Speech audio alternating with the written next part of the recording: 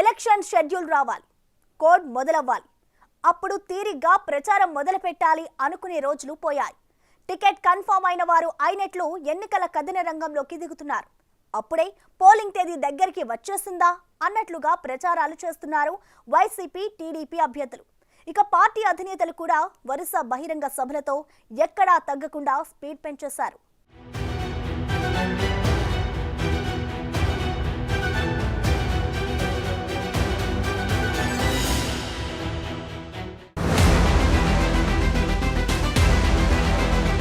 Election కోడ్తో సంబంధం లేదు. ఎన్నికల యుద్ధంలో దిగిన పార్టీలు షెడ్యూల్కు ముందే సుడిగాలి ప్రచారాలు, పోటాపోటీగా భారీ బహిరంగ సభలు, ప్రత్యర్థిపై ఆధిపత్యానికి వ్యూహాలు.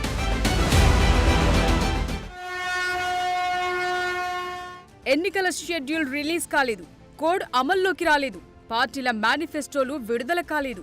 అయినా సరే ఆంధ్ర యుద్ధం గరంగరంగా మారిపోయింది. ఎటు చూసినా ఎన్నికల సందడే కనిపిస్తోంది. షెడ్యూల్ వచ్చే నాటికి ఒక రౌండ్ ప్రచారం పూర్తి చేయాలన్న టార్గెట్తో టీడీపీ, వైసీపీ ఉన్నాయంటే ఈ ఎన్నికలను ఆ పార్టీలు ఎంత ప్రతిష్టాత్మకంగా తీసుకున్నాయో అర్థం చేసుకోవచ్చు.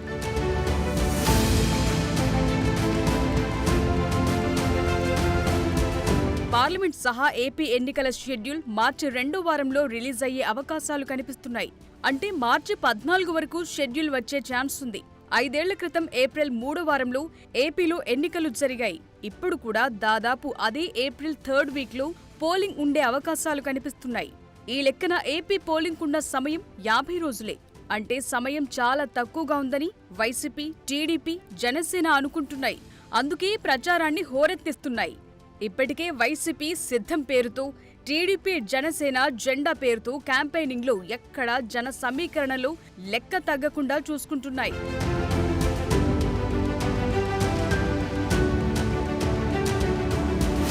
నిజానికి గతంలో షెడ్యూల్ వచ్చాక తాపీగా అభ్యర్థుల ఖరారుండేది. కానీ ఇప్పుడు మారుతున్న సమీకరణాలు ఎలాగైనా గెలవాలన్న ఉద్దేశాలతో అభ్యర్థుల్ని ఎలక్షన్ షెడ్యూల్ రిలీజ్కు ముందే ప్రకటిస్తున్నారు.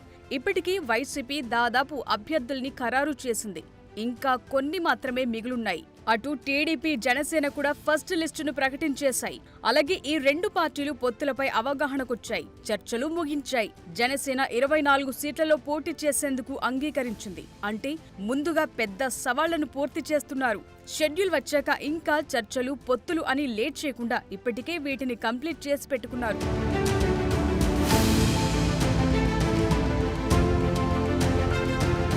ఎన్నికలతో సంబంధం లేకుండా అందరికంటే ముందే ప్రచారం మొదలుపెట్టిన జనసేన అధినేత పవన్ కళ్యాణ్ వారాహి యాత్రతో జనంలోకి వెళ్లారు. కొంతకాలం జోరుగానే యాత్ర చేసిన ఆ తరువాత వాహనాన్ని పక్కన పెట్టేశారు. సార్వత్రిక ఎన్నికల్లో జనసేన తరపున ప్రచారం నిర్వహించడానికి ప్రచార రథాలను ఆ పార్టీ ప్రధాన కార్యదర్శి నాగబాబు ఇటీవలే మంగళగిరిలో ప్రారంభించారు. ఎన్ఆర్ఐ కొట్టి ఉదయ్ భాస్కర్ 25 వాహనాలను సమకూర్చారు. అటు అభ్యర్థిత్వం ఖరారైన కొన్ని చోట్ల టీడీపీ, జనసేన అభ్యర్థులు ప్రచారాన్ని స్పీడప్ చేశారు. బస్సుల్లో వెళ్లి మహిళలకు ఉచిత ప్రయాణం హామీని గుర్తు చేస్తూ ఓట్లడుగుతున్నారు.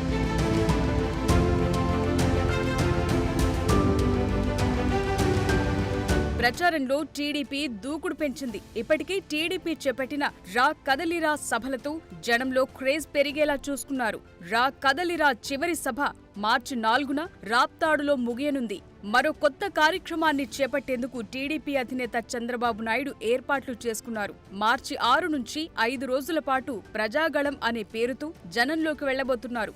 మార్చి 6న నంద్యాల, మైదుకూరులో ప్రజాగళం నిర్వహించాలని యోచిస్తున్నారు.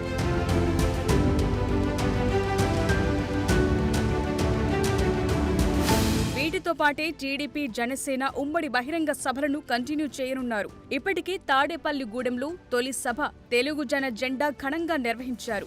ఈ వేదికపై జనసేన జెండాతో చంద్రబాబు, టీడీపీ జెండాతో పవన్ కళ్యాణ్ ఇరు పార్టీల శ్రేణులకు సందేశమిచ్చాయి. ఇరు పార్టీల కార్యకర్తలు పెద్ద సంఖ్యలో పాల్గొన్నారు.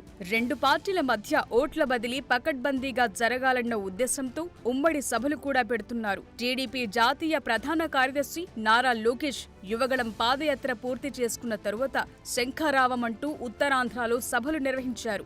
లోక్సభలకు టీడీపీ జనసేన కార్యకర్తలు తరలివచ్చారు. ఈ శంఖారావాల్లో వైసీపీ ప్రభుత్వ వైఫల్యాలను ఎండగట్టారు లోకేష్. టీడీపీ జనసేన ప్రభుత్వం ఏర్పాటు ఆవశ్యకతను వివరించారు.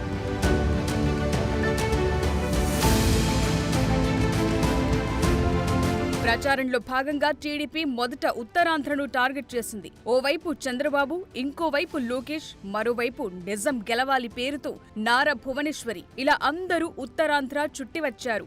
లోకేష్ శంఖారావం సభలు విశాఖపట్నం, విజయనగరం, శ్రీకాకుళం జిల్లాలో నిర్వహించారు. తాజాగా చంద్రబాబు నాయుడు రా కదలిరా సభ శ్రీకాకుళంలో జరిగింది. చంద్రబాబు సతీమణి నారా భువనేశ్వరి నిజం గెలవాలి 9వ విడత యాత్ర అరకు, అనకాపల్లి పార్లమెంటు నియోజకవర్గాల్లో నిర్వహించారు. చంద్రబాబు అరెస్టు తర్వాత మరణించిన కార్యకర్తల కుటుంబాలను ఆదుకుంటున్నారు. ఆయా కుటుంబాలకు ఆర్థిక సాయం అందిస్తున్నారు. ఇలా నారా ఫ్యామిలీ మొత్తం ప్రజల మధ్యే ఉంటోంది. రాష్ట్రం మొత్తంలో అన్ని నియోజకవర్గాలను ఎన్నికల షెడ్యూల్ వచ్చేలోపే ఓసారి పూర్తి చేయాలని టీడీపీ టార్గెట్ గా పెట్టుకుంది.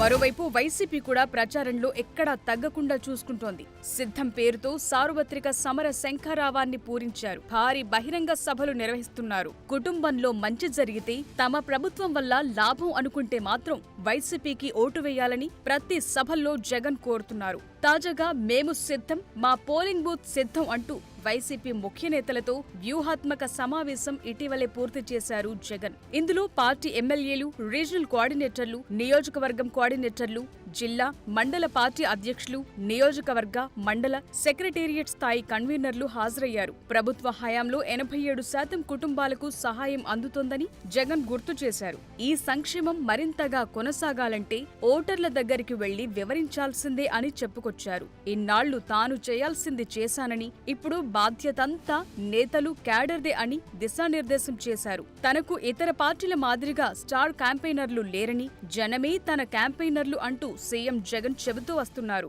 ఈ రోజు ఒక్క ఒంగోలులోనే ఏకంగా 21,000 పేదలకు 21,000 పేదలకు ఇళ్ల పట్టాలు ఇస్తా ఉన్నాం.